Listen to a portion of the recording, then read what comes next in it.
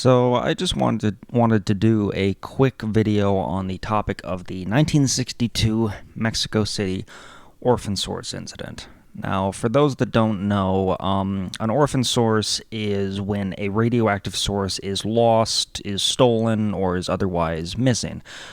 Orphan because it's not currently under anyone's ownership or being looked after, and source because it is a radioactive source. Now, of all the orphan source incidents out there, one of the ones that's brought up the most is the 1962 Mexico City orphan source incident.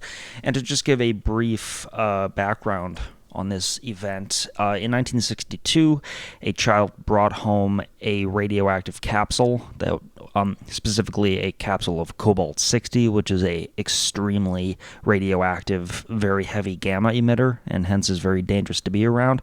A child found it and brought it home. It was eventually deposited in the family kitchen, and over the next several months, 4 family members in the house would die of radiation exposure, and 1 would be left with lifelong injuries. Now, obviously, because of the terrifying nature of this, something right under your nose that is actively killing you without you realizing it, this extremely tragic event gets brought up quite a bit.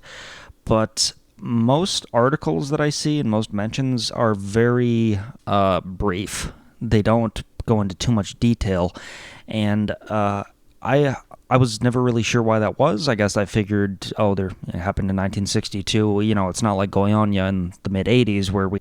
So the reason I'm making this video today is because there has been a source on this incident, a major source, that has been sitting in plain sight for who knows how long.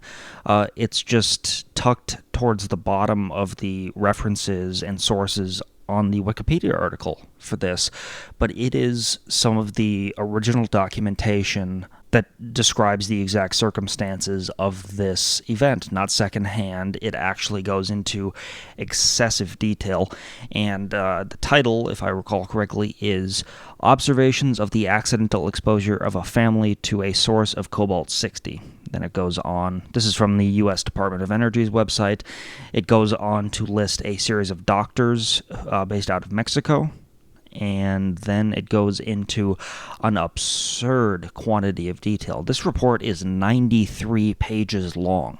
When I see this, when I see this event being talked about in the context of orphan source incidents, it's always a very basic, here's what happened, here's how many people died, here's what type of source it was, etc. It doesn't really go into too much detail, but this has just pages of documentation going over the medical effects, the circumstances, the source itself. It has diagrams and charts and tables going over dosage and stats on the source itself. Let me just flip into the document. It's got a diagram of where the source was in the kitchen and how much radiation it was giving off by distance. It's got a diagram of the source itself. It's got distribution of radiation in the immediate vicinity of it. It's got another diagram from a different angle. It's got a chart listing the total absorbed doses of each individual. It's got yet another diagram specifically of the cupboard where the source was being listed, and it just goes on and on and on and on. And I just wanted to put this out there because this is a really important piece of history, and despite this being sort of just in the middle of out in the open, it isn't really seeming to be talked about. So I just wanted to get this out there. If anyone has any interest in this information, I will put a link to the document down in the description, and hope that you find some interest out of it. It's a genuinely horrifically tragic case, and the more that we can learn about it, the better, because while it's worth noting, orphan source incidents, especially orphan source incidents resulting in death, are extremely rare. The more we know about these things, the less likely they are to happen in the future, so that we can prevent them.